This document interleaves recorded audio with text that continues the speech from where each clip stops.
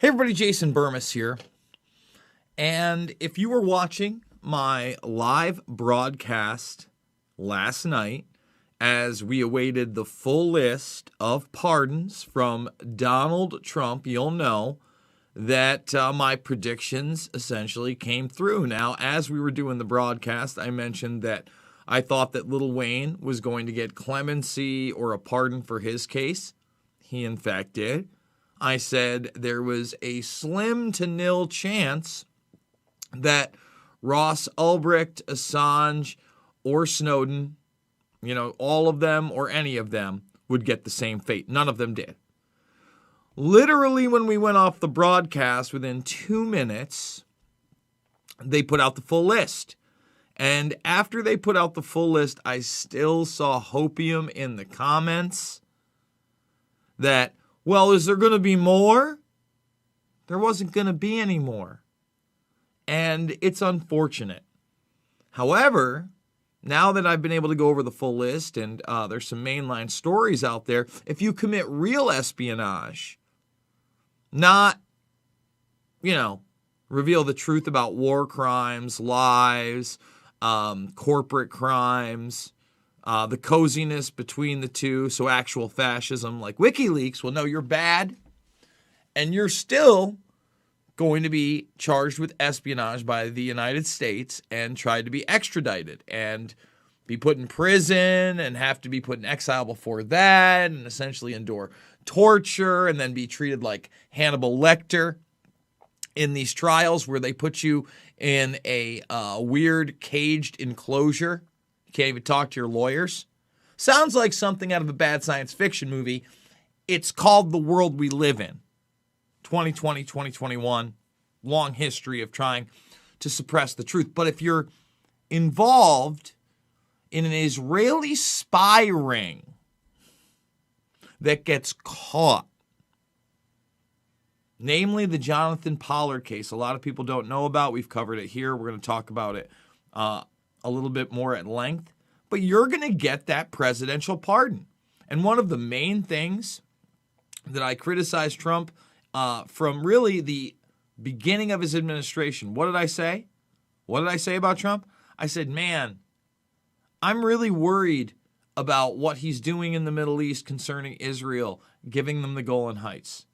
The Jerusalem thing, maybe not a great idea. The ties to Netanyahu and guys like Sheldon Adelson, not so great. Not so great.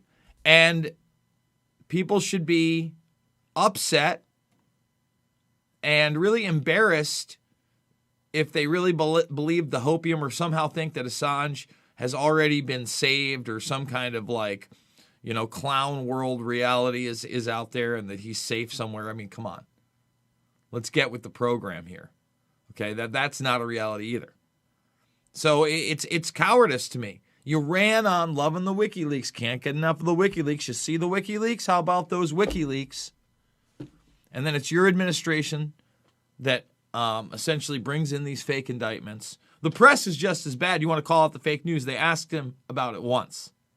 And he goes, I don't know much about it. Okay. Well, again, we're going to go over this whole situation. We're actually going to show you how we mentioned Jonathan Pollard briefly in Fabled Enemies, and that people have to understand, just because there are ally in the Middle East, it's like saying all of America are part of these covert intelligence networks. Circles within circles within circles, right? Need to know basis. Compartmentalization. That's how the world in general is run. And we're going to play the subsection of Fabled Enemies and show you the Israeli role in 9/11, at least a vast part of the Israeli role in 9/11, and show you how these networks work. Okay?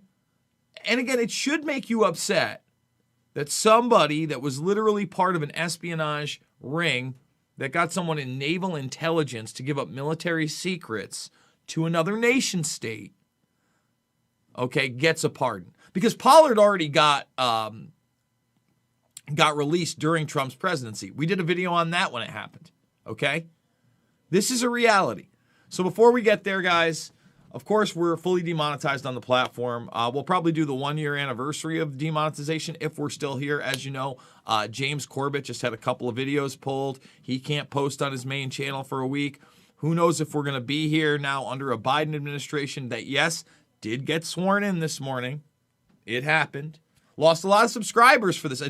I don't know what you guys were thinking. You think I was just going to turn around into like saying that, military tribunals were happening and that Guantanamo Bay was good and all this other stuff? Never. I called it like I saw it. I'm very upset that Biden is in. I'm not going to lie. Joe Biden is somebody to me that is multitudes times worse than Trump and his administration. But here we are.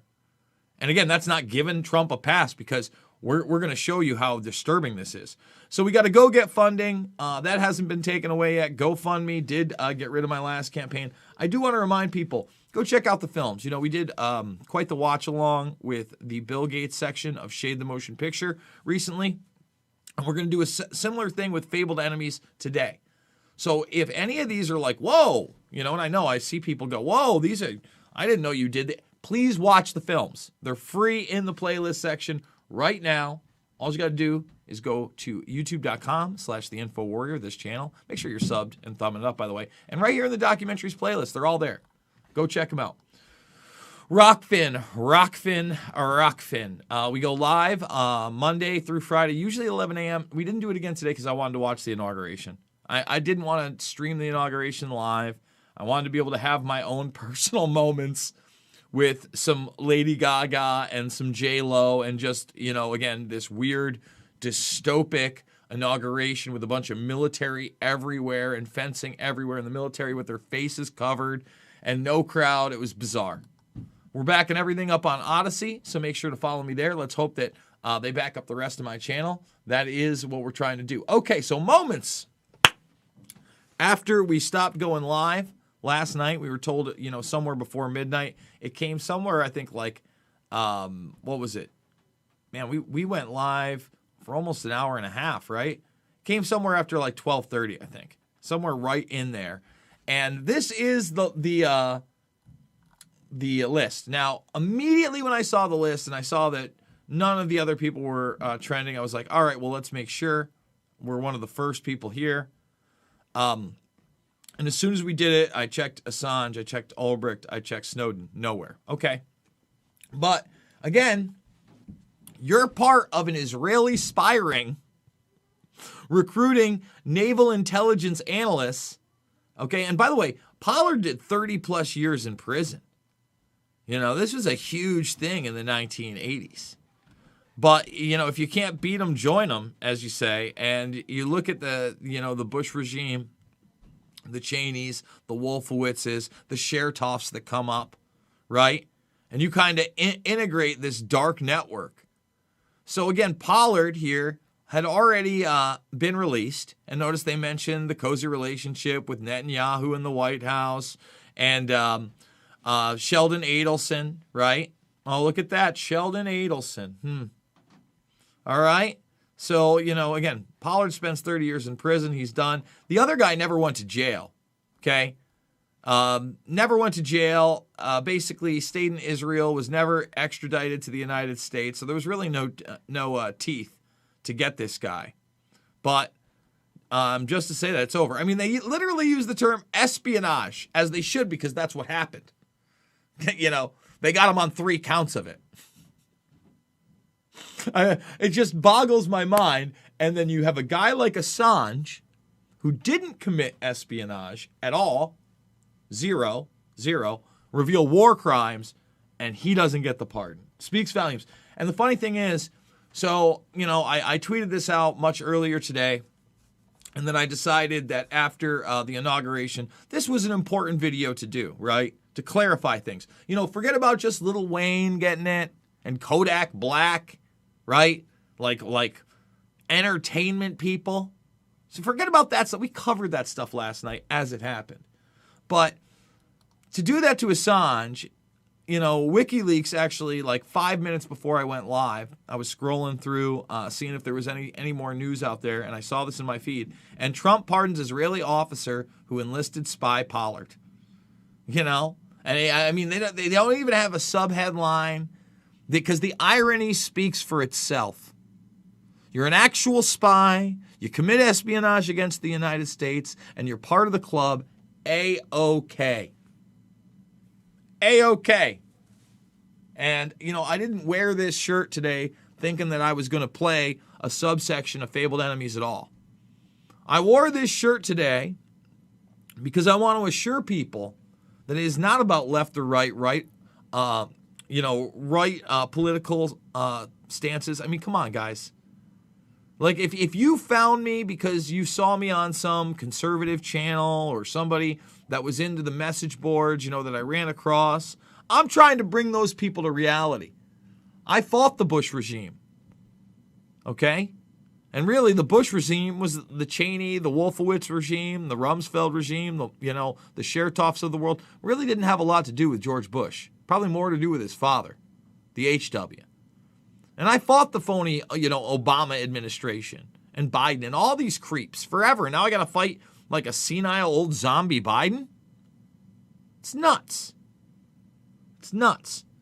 So it's just ironic that when I come back and I see who they've pardoned and we end up talking about, Israeli intelligence and whether they're our allies or not. No. I mean, they obviously played a large role in 9/11, and we're going to play right now. And again, Pollard gets mentioned in here because Pollard was still in jail. And in jail I think what he released him in 2017 or 18. So he ends up being in jail another 16, 17 years after this mention. So let's play it. This is the Israeli operative section of Fabled Enemies. It was widely reported that men had been celebrating the attack after recording the first plane strike. They were not Al-Qaeda, but they were detained. I grabbed my binoculars and I could see the towers from my window. And this is where I'm looking. And all of a sudden, down there, I see this van park. And I see 3 guys on top of the van. And I could see that they were like happy. They didn't look shocked to me. They didn't look shocked. There was a group of Israelis, some of whom later were revealed as Mossad assets, who were arrested after cheering and high-fiving and videotaping the crash of the airplanes into the World Trade Towers. Several other men were detained after a van full of explosives was stopped outside of Manhattan. Earlier, we had heard that an FBI spokesperson said that there was a report on the George Washington Bridge, which is another facility which you folks are responsible for policing, a report that there had been a van stopped there that had explosives. Asked this week about another sprawling investigation and the detention of 60 Israelis since September 11th, the Bush administration treated the questions like hot potatoes. I would just refer you to the Department of Justice with it. I'm not familiar with the report. I'm aware that some Israeli citizens have been detained. With respect to why they are being detained and the other aspects of your question, whether it's because they are in intelligence services or what they were doing, I will defer to the Department of Justice and the FBI to answer that. Now, I want to stop that really quickly because as we know, and when we covered it, through an FOIA, and, kudos to the guy that got it. We got at least, we didn't get the film. We didn't get whether they were actually filming anything. We didn't even get the actual pictures. We got photocopies of pictures that were censored of some of the people that we're going to highlight today where you can see their faces, by the way. It's weird that we can't see their faces as it happened, or we can't see the actual pictures, and we're supposed to believe that the FBI or intelligence actually got rid of this stuff after the fact. Now, these guys were connected to a sprawling network before and after 9/11. A lot of people talk about the art students. We're going to talk about that here as well. But not only art students, but mall kiosks, like little actual, the toy drones and things like that. But it's amazing, again, in this report, with the documents that they had, how many government offices, known and unknown, they had infiltrated prior to 9/11, okay? And all this stuff, again, was mainline news somewhere. You could find it. You could barely find it. But, again, this film was out in 2008, guys. On March 6, 2002, a draft report from the DEA said it may well be an organized intelligence gathering activity. Despite all of this, all the Israelis were let go without any espionage charges being filed. Fox News anchors Brit Hume and Carl Cameron would do a 4-part investigation into these allegations in December of 2001 and yield stunning results. It has been more than 16 years since a civilian working for the Navy was charged with passing secrets to Israel. Jonathan Pollard pled guilty to conspiracy to commit espionage and is serving a life sentence. So again, there's the Pollard comment, and I thought it was important to put there because when you look even then, right? Now we're talking about almost 20 years ago, how this is handled. We're coming up on the 20th anniversary of 9/11, and you're already rounding these people prior to that, and then you don't charge anybody with espionage at all. In fact, we don't really use the term espionage anymore. We're more concerned now about domestic terror and white supremacy. It's weird. At first, Israeli leaders claimed Pollard was part of a rogue operation, but later took responsibility for his work. Now, Fox News has learned some U.S. investigators believe that there are Israelis again very much engaged in spying in and on the U.S. Since September 11th, more than 60 Israelis have been arrested or detained, either under the new Patriot anti-terrorism law or for immigration violations. So again, they utilized the patriotism anti-terror law, yet no charges go against any of these guys eventually at all. And you barely know about it if you know about it at all. If you're new to this channel, you might be like, what is this? Well, don't worry. We got a little deeper about their classified role in 9/11. A handful of active Israeli military were among those detained, according to investigators, who say some of the detainees also failed polygraph questions when asked about alleged surveillance activities against and in the United States. Investigators suspect that the Israelis may have gathered intelligence about the attacks in advance and not shared it. A highly placed investigator said there are, quote, tie-ins, but when asked for details, he flatly refused to describe them, saying, quote, evidence linking these Israelis to 911 is classified. I cannot tell you about evidence that has been gathered. It's classified information. Now, when the FBI investigated, it quickly unraveled to be the largest foreign spy ring ever uncovered inside the United States, the largest. Even the Soviet Union had not been spying on the United States as much as Israel has been doing. So the FBI started to round up these spies. They started to arrest them very quietly, and they were about halfway through this process of rounding up this spy ring when 9/11 happened. Numerous classified documents obtained by Fox News indicate that even prior to September 11th, as many as 140 other Israelis had been detained or arrested in a secretive and sprawling investigation into suspected espionage by Israelis in the United States.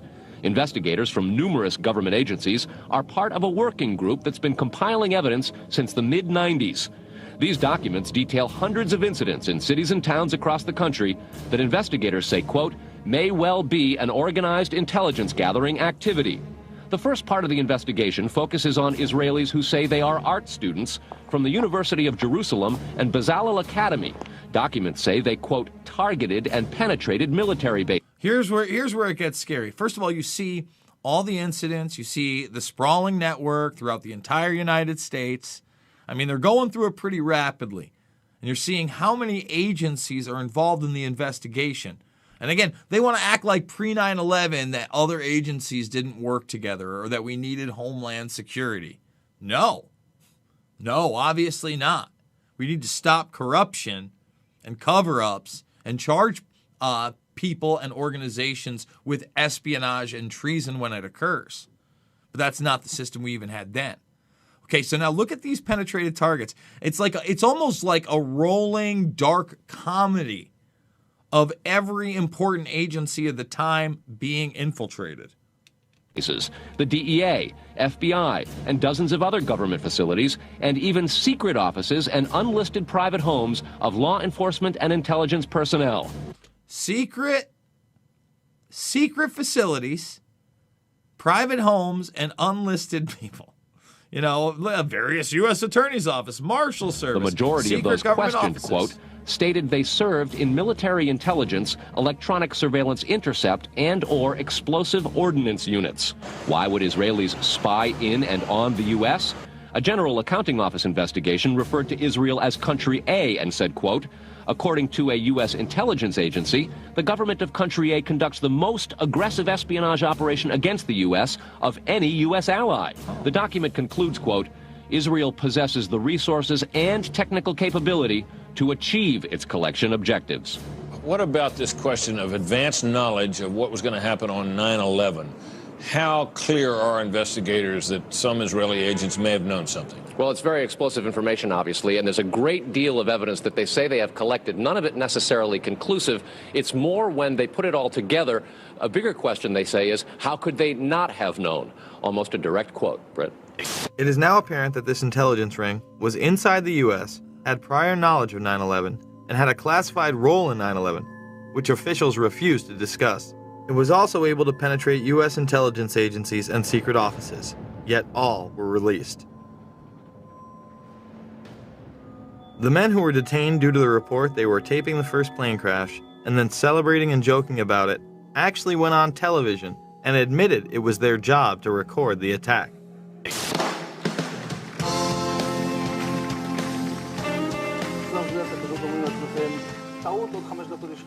And at that point, we were taken for another round of questioning, this time related to our allegedly being members of Mossad. The fact of the matter is, we are coming from a country that experiences terror daily. Our purpose was to document the event.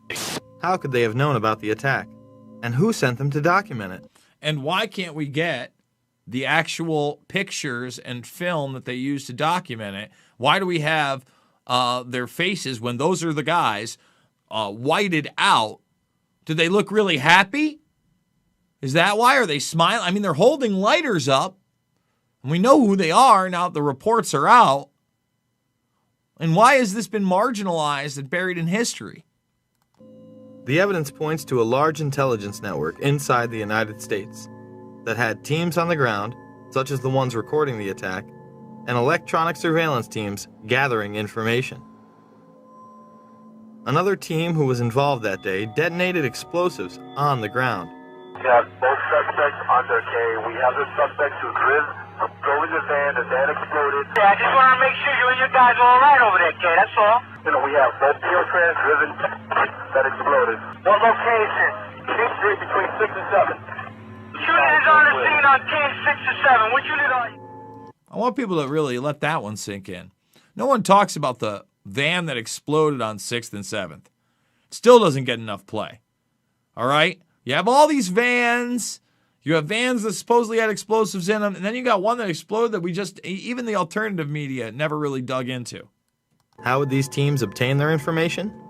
The investigation on our side basically tracked back to two companies. The first one was called Amdocs. This is an Israeli-owned company which does the billing for 90% of the telephone companies inside the United States. Fox News has learned that some American terrorism investigators fear certain suspects in the September 11th attacks may have managed to stay ahead of them by knowing who and when investigators are calling on the telephone. How? By obtaining and analyzing data that's generated every time someone in the U.S. makes a phone call. One sitting in city, please. Here's how the system works. Most directory assistance calls and virtually all call records and billing in the U.S. are done for the phone companies by Amdocs Limited, an Israeli-based private telecommunications company. Amdocs has contracts with the 25 biggest phone companies in America and more worldwide. It is virtually impossible to make a call on normal phones without generating an Amdocs record of it. In recent years, the FBI and other government agencies have investigated Amdocs more than once. Sources tell Fox News that in 1999, the super-secret National Security Agency, headquartered in northern Maryland, issued what's called a top-secret, sensitive, compartmentalized information report, TSSCI, warning that records of calls in the United States were getting into foreign hands, in Israel in particular. Fox News has learned that the NSA has held numerous classified conferences to warn the FBI and CIA how Amdocs records could be used.